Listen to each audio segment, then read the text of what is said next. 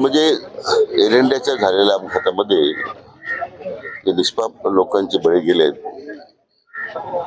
त्याचं अति दुःख आम्हाला सर्वांना आहे।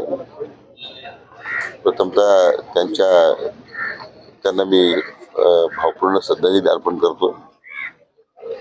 त्यांच्या नातेवाईकांना हे दुःख झेलण्यासाठी परमेश्वराने शक्ती द्यावी अशी प्रार्थना करतो। या पार्श्वभूमीवर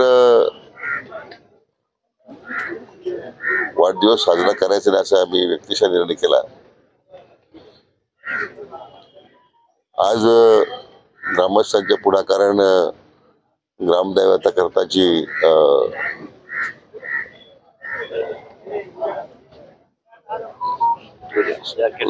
जॅकेट केलेलं आहे त्याच्यावर एक अभिषेक त्यांनी ठेवला होता। त्या सर्व ग्रामस्थांनाही उत्तम आरोग्य लाभावं अशा प्रकारची प्रार्थना आज मी केली।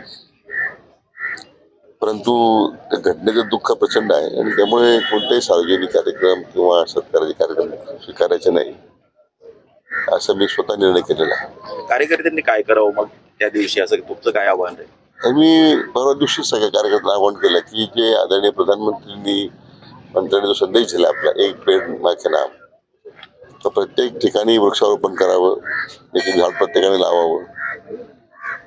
जे आपले जवान शहीद झालेत किंवा सैन्य दलामध्ये काम करतायत, सीमेचं संरक्षण करतात, त्यांच्या घरी जाऊन त्या कुटुंबियांना भेटावं।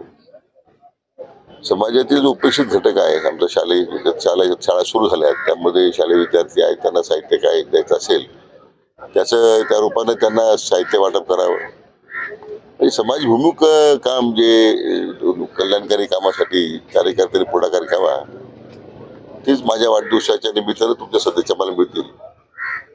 आणि आज ह्या निमित्तानं सगळ्यांनी एकत्र येऊन मला वाटतं आदरणीय प्रधानमंत्र्यांनी दिलेला संदेश त्याचं पालन केलं पाहिजे अशी विनंती सर्वांना केलेली आहे।